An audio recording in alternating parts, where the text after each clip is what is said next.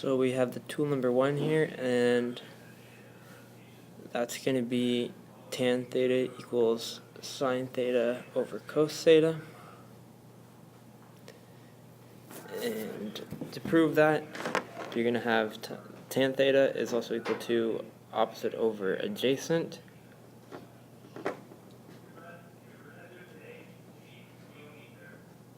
That's Caden's writing there.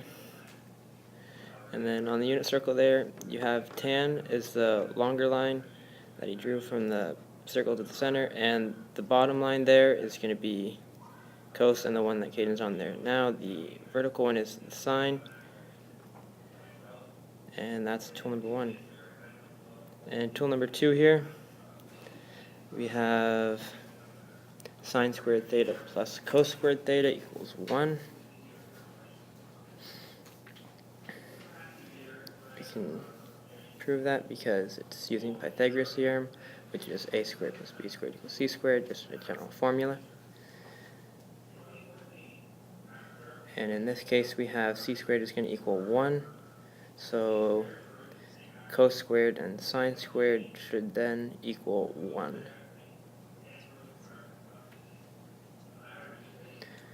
And in this instance, we have the third and fourth tool.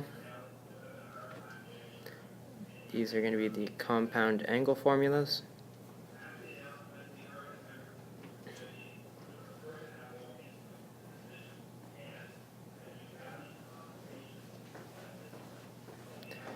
And the first tool here is going to be cos of x plus y is going to equal cos x times cos y minus sine x sine y. That's the third one. The fourth one here is going to be sine x plus y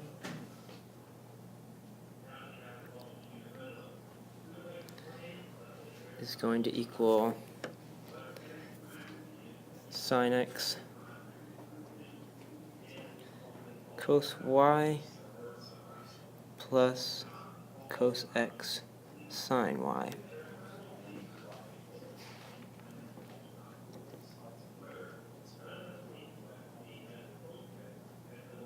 And these compound angle formulas are used when you have two angles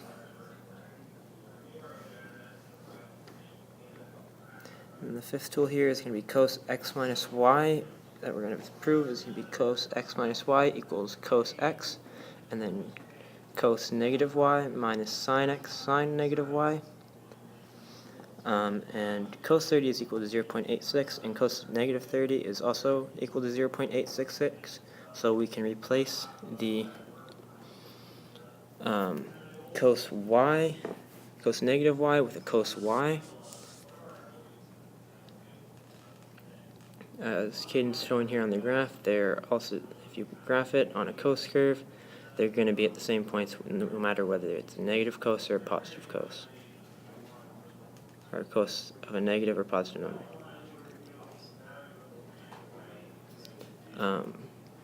And then here we have sine 30 equals 0.5 and sine of negative 30 equals negative 0.5. With that, we can prove that it shows that sine of negative y is basically the same. It's the same thing as negative sine y.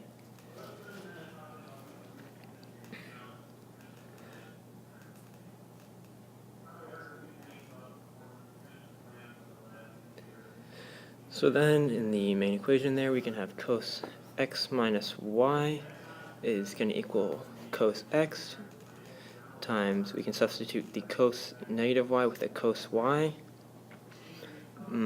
plus sine x sine y. Since the negative sine y will change the minus sine x sine y to positive. Here in the sixth tool, we're going to have sine x plus y is going to equal sine x cos y plus cos x sine y. And using, sine x minus y is going to equal sine x cos negative y plus cos x sine negative y. That's what we're going to figure out here with tool number 6. The same instances apply this time as before with Caden, which he showed. So then, substituting that in, we can have sine x minus y is going to equal sine x cos y plus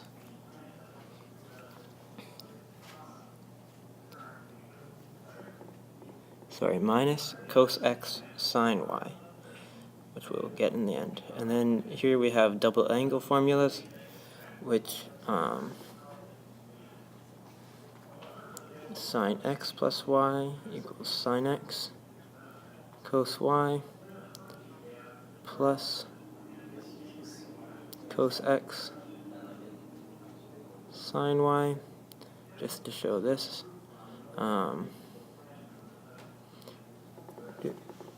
we're going to replace the x's and y's with thetas.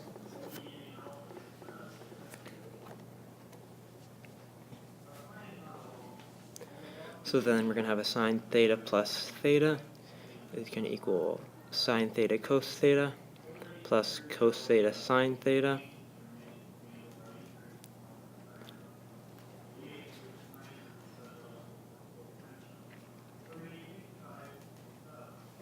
And then from there we'll get sine 2 theta equals 2 sine theta cos theta.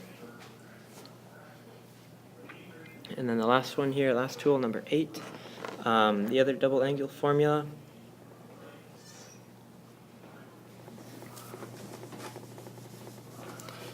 We're going to go from cos x plus y equaling cos x cos y minus sine x sine y.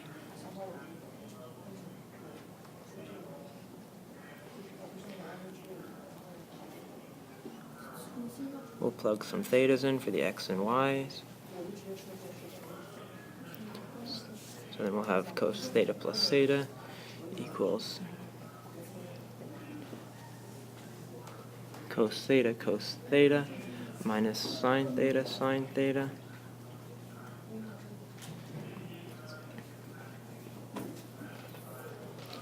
So then cos 2 theta is going to equal cos squared theta minus sine squared theta.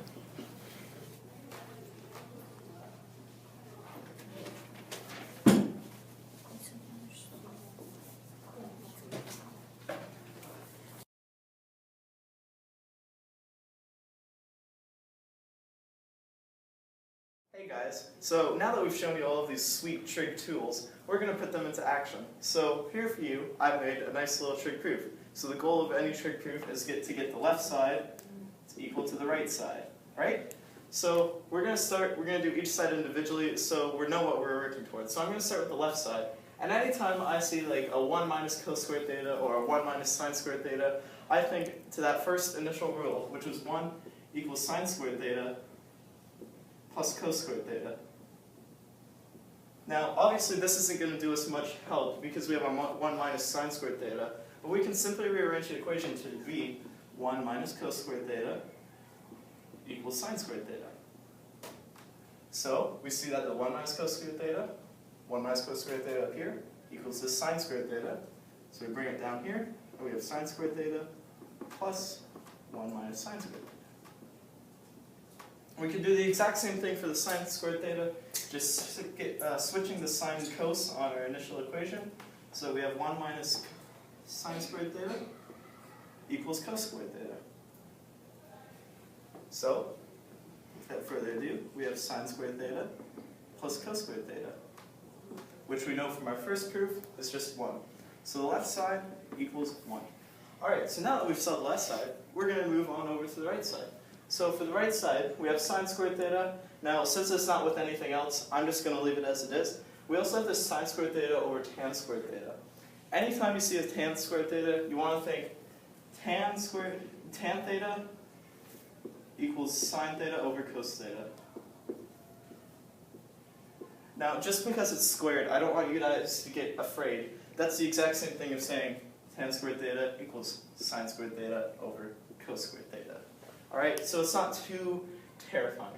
But obviously this isn't going to do us much good as how it is, so we're going to have to rearrange this one as well. So we'll multiply both sides by cos squared theta, and then divide both sides by tan squared theta. So we end up with cos squared theta on one side, and sine squared theta over tan squared theta on the other. And clearly this is going to do us a lot of good, because we have our cos squared theta equals sine squared theta over tan squared theta. There's a sine squared theta over tan squared theta, so that's simply cos squared theta.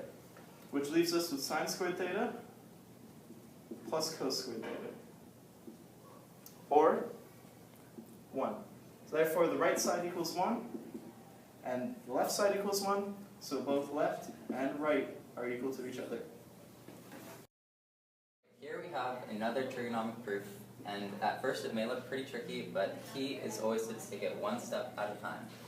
So we know that left side is going to have to equal right side, and here we'll start with the left. At first this might look pretty tricky, but upon taking a closer look you'll notice that it's just our compound cos angle formula.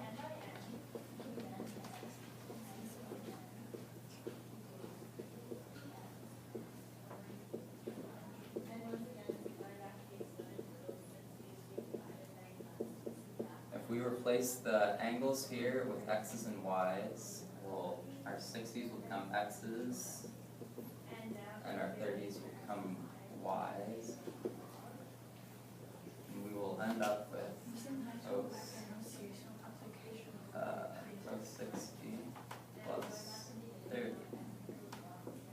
This can just be simplified to cos 90. And then if we have our unit circle, cos 90 equals 0. So this entire left side equals 0. Moving on to the right side, unfortunately these 2's cannot cancel because this 2 is being multiplied into each and everything inside the brackets. So we'll first try to simplify that. As Luke explained, tan squared theta can be simplified to sine squared theta over cos squared theta. We can multiply both sides by cos squared theta. And then this will cancel out, so this just simply equals sine squared theta. So what we have left in the brackets is sine squared theta plus cos squared theta, which we all know just equals 1. So now we take what was outside the brackets, 2 minus 2 to the 1, which simplifies to 0. So we know our right side equals 0, our left side equals 0, so our left side equals right side, and we are done.